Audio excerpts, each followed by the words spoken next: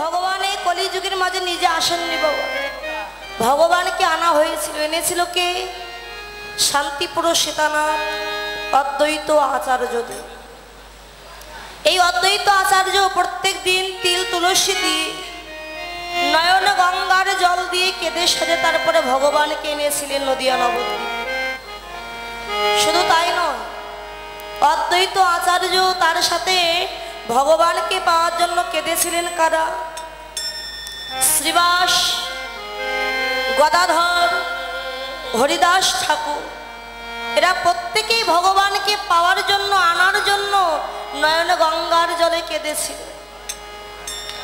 এই যে হরিদাস ঠাকুর, হরিদাসের কথা আমরা সবাই জানি। এক নামে যাকে জবন হরিদাস বলে সবাই চেনে। এই হরিদাস পূর্বজন্মে কে ছিলেন বাবা? এই হরিদাস পূর্বজন্মে ছিলেন সৃষ্টিকর্তা ব্রহ্মা। তো ভগবান কৃষ্ণ যখন বৃন্দাবনে নবলক্ষ ধনুবর্ষ নিয়ে গোচারণ লীলা করে, সৃষ্টিকর্তা ব্রহ্মার মনে একদিন সন্দেহ হলো যে সত্যি কি ওই কৃষ্ণ ভগবান? কৃষ্ণ যদি ভগবান হবে তবে নিতুই নিতুই কেন গরু চড়ায়? সখাগণকে সঙ্গে নিয়ে কাঁধে করে নিয়ে একবার এখান থেকে ওখানে যায়, আবার ওই ভক্তের চরণ দুখানা জড়ি ধরে কাঁদে। সত্যি কি কৃষ্ণ ভগবান? তা কৃষ্ণ যদি ভগবান হয় আমায় একটু পরীক্ষা করতে হবে। ভগবানের নবলক্ষ ধেনু আর সখাগণকে ওই সৃষ্টিকর্তা ব্রহ্মা হরণ করলেন, চুরি করলেন।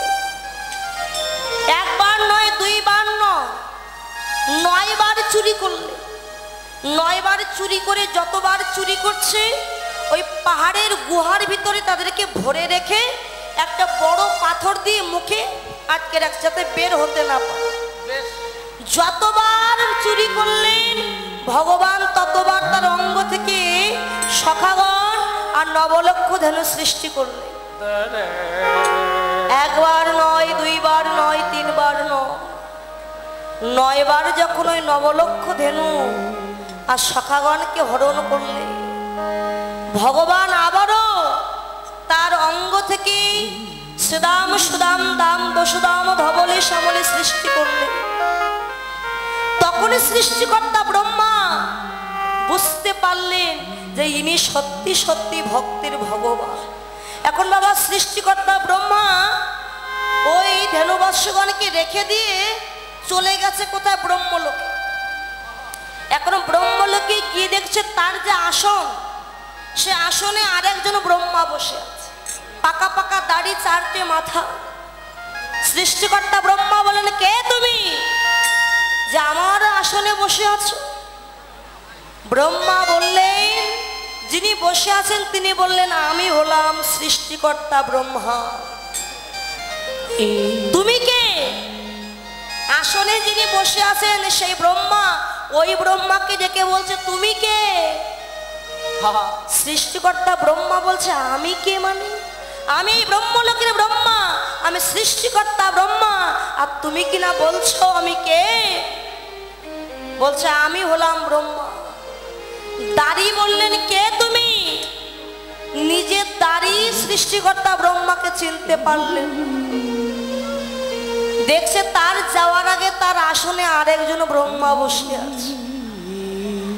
ভগবানের ছলনা বুঝতে পেরে সৃষ্টিকর্তা ব্রহ্মা ছুটে গিয়ে আছাড় খেয়ে পড়েছিল আমার গোবিন্দের চরণে। দয়াময়, আমি যে অন্যায় করেছি, ভুল করেছি, আমি না বুঝে তোমার নবলক্ষ ধেনু আর ওই 24 জন সখাকে আমি হরণ করেছি, আমার দর্প তুমি চূর্ণ করেছ। প্রভু, কে ওই ব্রহ্মা যে আমার যাওয়ার আগে আমার আসনে বসে আছে? ভগবান বললেন, ও ব্রহ্মা, তুমি আমায় পরীক্ষা করতে এসেছিলে না?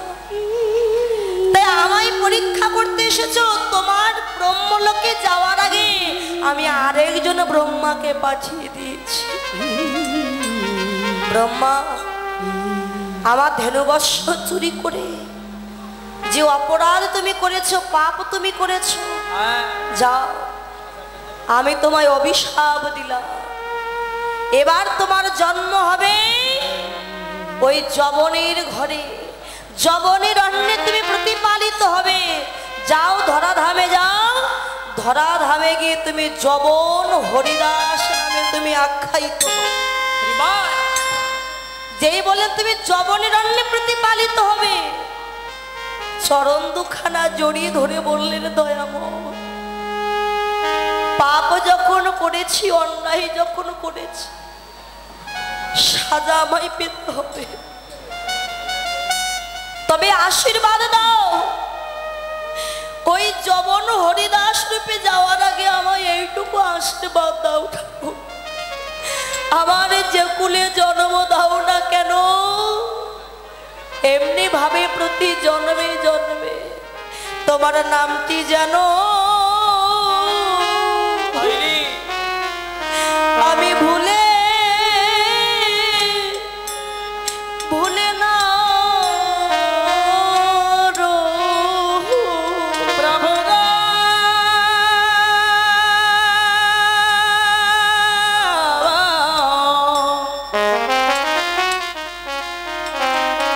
তোমার নামটি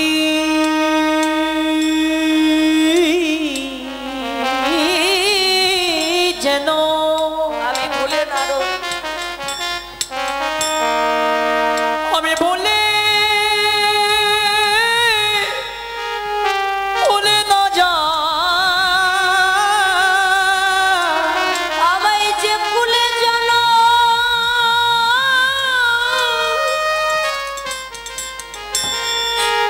যে কুলে জন্ম দাও না কেন, তোমার নামটি যেন আমি ভুলে না রই। তুমি আমায় যে কুলে যেন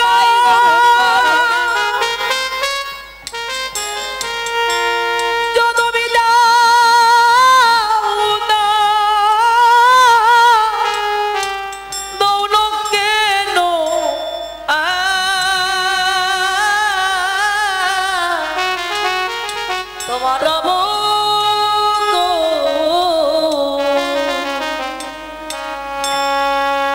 আমি তোমার নামটি যেন আমি বলে না যা। দয়াময়, আমায় যে কুলে জন্ম দাও না কেন, শত ঘাত প্রতিঘাত সহ্য করেও যেন তোমার নামটি আমি ভুলে না রই।